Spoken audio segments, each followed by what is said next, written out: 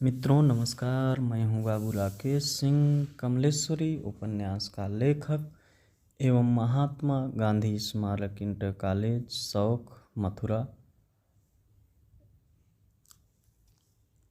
मित्रों, आज हम लेकर प्रस्तुत हुए हैं उत्तर प्रदेश उच्चतर माध्यमिक शिक्षा सेवा चयन बोर्ड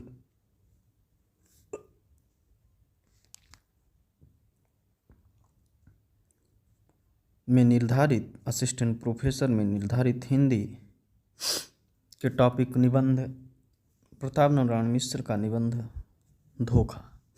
धोखा निबंध प्रताप पीयूष संग्रह में संकलित है। प्रताप पीयूष का प्रकाशन 1933 ईस्वी में हुआ था। धोखा निबंध बड़ा ही अच्छा निबंध है। चलिए इसके बारे में। इन दो अक्षरों में भी न जाने कितनी शक्ति है कि इनकी लपेट से बचना यदि निरासंभव न हो तो भी महाकठिन तो अवश्य है। जबकि भगवान रामचंद्र ने मारीच राक्षस को सुवर्ण मृग समझ लिया था, तो हमारी आपकी क्या सामर्थ्य है जो धोखा न खाएं। वरंच ऐसी कथाओं से विदित होता है कि स्वयं ईश्वर भी केवल निराकार निर्विकार ही रहने की दिशा में इससे पृथक रहता है। सो भी एक रीति से नहीं रहता, क्योंकि उसके मुख्य कार्यों में से एक काम सृष्टि का उत्पादन करना है। उसके लिए उसे अपनी माया का आश्रय लेना पड़ता है, और माया भ्रम छल इत्यादि धोखे ही के पर्याय हैं।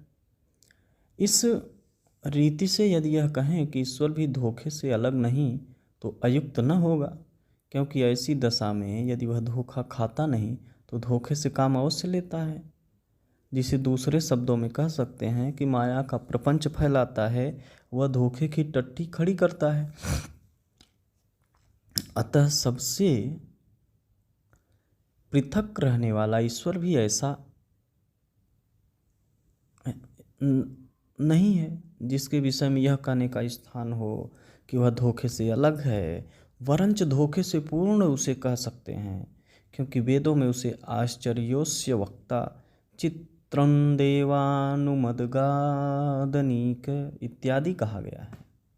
और आश्चर्य तथा चित्रत्व को मोटी भाषा में धोखा ही कहते हैं। अथवा अवतार धारण करने की दशा में उसका नाम माया व पुधारी होता है, जिसका अर्थ है धोखे का पुतला। और सच भी यही है, जो सर्वथा निराकार होने पर भी मत्स्य कच्छप आदि रूपों में प्रकट होता है, और शुद्ध निर्विकार कहलाने पर भी नाना प्रकार की लीला किया करता है। वह धोखे का पुतला नहीं है तो क्या है?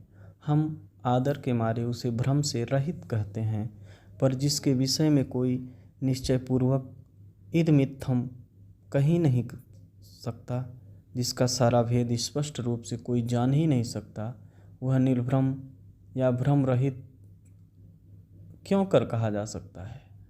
शुद्ध निर्भ्रम रहित क्यों कर कहा जा सकता है?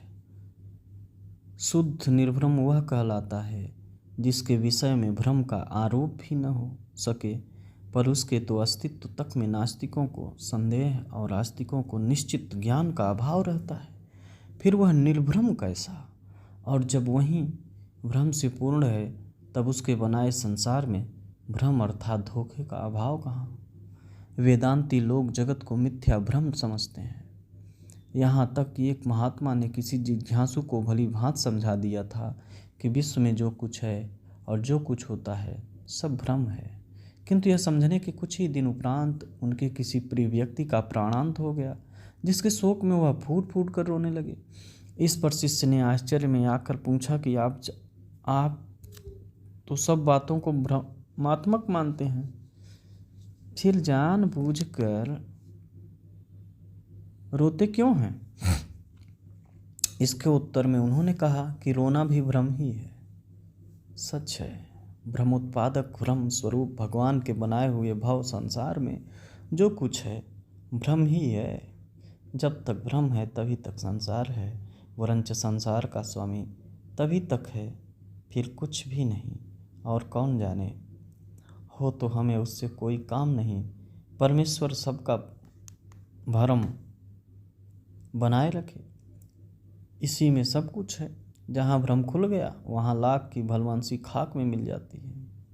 जो लोग पूरे ब्रह्मज्ञानी बनकर संसार को सचमुच माया की कल्पना मान बैठते हैं, वे अपनी भ्रमात्मक बुद्धि से चाहे अपने तुच्छ जीवन को साक्षात सर्वेश्वर मान के सर्वथा सुखी हो जाने का धोखा खाया करें, पर संसार के किसी काम के नहीं रह जाते हैं, वरंच निरे अकर्ता अभोक्ता बनने की उमंग में अकर्मण्य और नारी नारी सब एक हैं, जैसे मेहर तस्माए इत्यादि सिद्धांतों के माने अपना तथा दूसरों का जो अनिष्ट न कर बैठें वही थोड़ा है, क्योंकि लोक और परलोक का मजा भी धोखे ही में पड़े रहने से प्राप्त होता है। बहुत ज्ञान बांटना सत्यानाश की जड़ है। ज्ञान की दृष्टि से देखें तो आपका शरीर मलमूत्र मांस मज्जा घृणास्पद पदार्थों का विकार मात्र है, पर हम उसे प्रीति का पात्र समझते हैं और दर्शन स्पर्श नादि से आनंद लाभ करते हैं। हमको वास्तव में इतनी जानकारी भी नहीं है कि हमारे सिर में कितने बाल हैं। वह एक मिट्टी के गोले का सिरा कहाँ पर है, किंतु आप हमें बड़ा भारी विज्ञ और सुलेखक समझते हैं तथा हमारी लेखनी या जिह्वा की कारीगरी देख देख कर सुख प्राप्त करते हैं। विचार कर देखिए तो जन धन इत्यादि पर किसी का कोई अस्तित्व तो नहीं है। इस क्षण हमारे काम आ रहे हैं, क्षण ही भर के उपरांत न जाने किसके हाथ में वह किस दशा में पड़ के हमारे पक्ष में कैसे हो जाएं। और मान भी लें कि इनका वियोग कभी न होगा तो भी हमें क्या, आखिर एक दिन मरना है। और मूंद गई आँखें तब लाखें के ही काम की, पर यदि हम ऐसा समझकर सबसे संबंध तोड़ दें तो सारी पूंजी गंवा कर निरे मूर्ख कहलावें। स्त्री पुत्र आदि का प्रबंध न करके उनका जीवन नष्ट करने का पाप मुड़ावें। ना हम काहूँ के को न हमारा का उदाहरण बन के सब प्रकार सुख सुविधा सुयस से वंचित रह जावें। इतना ही नहीं, वरंच और भी सोच कर देखिए तो किसी को कुछ भी खबर नहीं है कि मरने के पीछे जीव की क्या दशा होगी। बहुतेरों का सिद्धांत यह भी है कि दशा किसकी होगी। जीव तो कोई पदार्थ ही नहीं है। घड़ी के जब तक सब पुर्जे दुरुस्त हैं और ठीक ठीक लगे हुए हैं, तभी तक उसमें खट खट टन टन की आवाज़ आ रही है। जहाँ उसके पुर्जों का लगाव बिगड़ा, वहीं न उसकी गति न शब्द। ऐसे ही शरीर का क्रम जब तक ठीक ठीक बना हुआ है, मुख से शब्द और मन से भाव तथा इंद्रियों से कर्म का प्राकट्य होता रहता है। जहाँ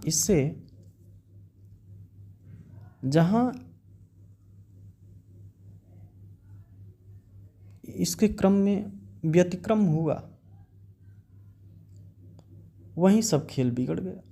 बस फिर कुछ नहीं जगह कैसा जीव कैसी आत्मा, एक रीति से यह कहना झूठ भी नहीं जान पड़ता, क्योंकि जिसके अस्तित्व का कोई प्रत्यक्ष प्रमाण नहीं है, उसके विषय में अंततो गत्वा यूं ही कहा जा सकता है। इसी प्रकार स्वर्ग नरकादि के सुख दुख आदि का होना भी नास्तिकों ही के मत से नहीं, किंतु बड़े बड़े आस्तिकों के सिद्धांत से भी अविदित सुख दुख निर्विशेष स्वरूप के अतिरिक्त कुछ समझ में नहीं आता। स्कूल में हमने भी सारा भूगोल और खगोल पढ़ डाला है, पर नर्क और वैकुंठ का पता कहीं नहीं पाया। किंतु भय और लालच को छोड़ दें तो बुरे कामों से घृणा और सत्कर्मों से रुचि न रखकर भी तो अपना अथवा पराया निष्ठ ही करेंगे। ऐसी ऐसी बातें सोचने से गोस्वामी तुलसीदास का गोचर जह नहीं लग मन जाई, सो सब माया जानहु भाई, और श्री सूरदास जी का माया मोहिनी मनहन कहना प्रत्यक्षतया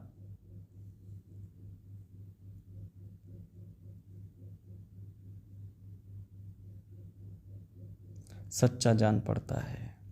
फिर हम नहीं जानते कि धोखे को लोग क्यों बुरा समझाते हैं। धोखा खाने वाला मूर्ख और धोखा देने वाला ठग क्यों कहलाता है, जब सब कुछ धोखा ही धोखा है। और धोखे से अलग रहना ईश्वर का भी धोखे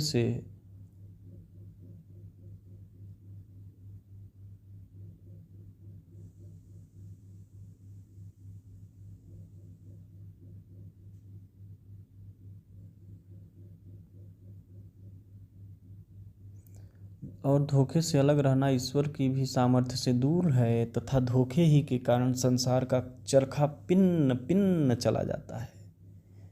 नहीं तो ढिच्चर ढिच्चर होने लगे, वरंच रहा न जाए तो फिर इस शब्द का स्मरण व श्रवण करते ही आपकी नाक भाव क्यों सिकुड़ जाती है। इसके उत्तर में हम तो यही कहेंगे कि साधारणतः जो धोखा खाता है वह अपना कुछ न कुछ गंवा बैठता है, और जो धोखा देता है उसकी एक न एक दिन कलई खुले बिना नहीं रहती है। और हानि सहना व प्रतिष्ठा खोना दोनों बातें बुरी हैं, जो बहुधा इसके संबंध में ही हो जाया करती हैं। इसी साधारण श्रेणी के लोग धोखे को अच्छा नहीं समझते, यद्यपि इससे बच नहीं सकते, क्योंकि जैसे काजल की कोठरी में रहने वाला बेदाग नहीं रह सकता, वैसे ही भ्रमात्मक भवसागर में रहने वाले अल्प सामर्थ्य जीव का भ्रम से सर्वथा बचा रहना असंभव है। और जो जिससे बच नहीं सकता उसकी निंदा करना नीति विरुद्ध है। पर क्या कीजिएगा, कच्ची खोपड़ी के मनुष्य को प्राचीन प्राज्ञगण अल्पज्ञ कह गए हैं, जिनका लक्षण ही है कि आगा पीछा सोचे बिना जो मुंह पर आवे कह डालना, और जो जी में समावे कर उठना। नहीं तो कोई काम व वस्तु वास्तव में भली अथवा बुरी नहीं होती, केवल उसके व्यवहार का नियम बनने बिगड़ने से बनाव बिगाड़ हो जाया करता है। परोपकार को कोई बुरा नहीं कह सकता, पर किसी को सब कुछ उठा दीजिए तो क्या भीख मांग के प्रतिष्ठा अथवा चोरी करके धर्म खोइएगा, वह भूखों मर के आत्महत्या के पाप भागी होइएगा।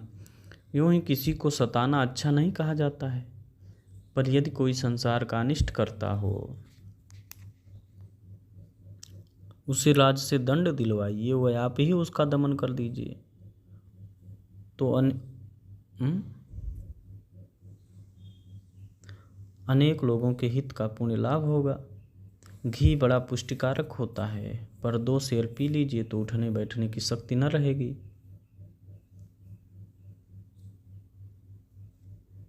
और संखिया सिंगिया आदि प्रत्यक्ष विष हैं, किंतु उचित से शोध कर सेवन कीजिए तो बहुत से रोग दोष दूर हो जाएंगे। यही लेखा धोखे का भी है।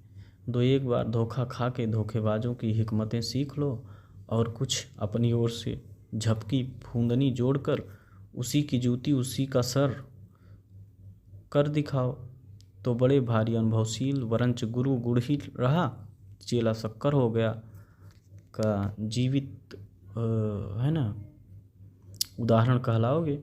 यदि इतना न हो सके तो उसे पास न फटकने दो, तो भी भविष्य के लिए हानि और कष्ट से बच जाओगे। यूँ ही किसी को धोखा देना हो तो रीति से दो कि तुम्हारी चालबाजी कोई भांप न सके, और तुम्हारा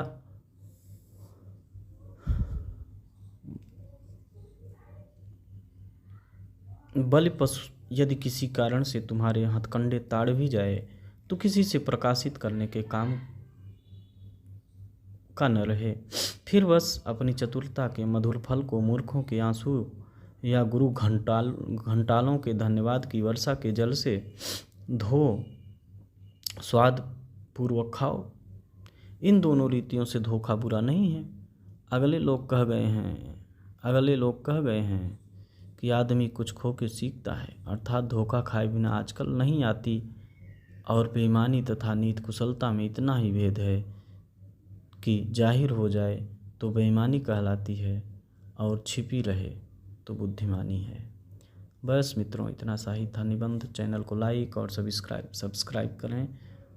ऐसे ही प्यार दुलार बनाए रखें। धन्यवाद।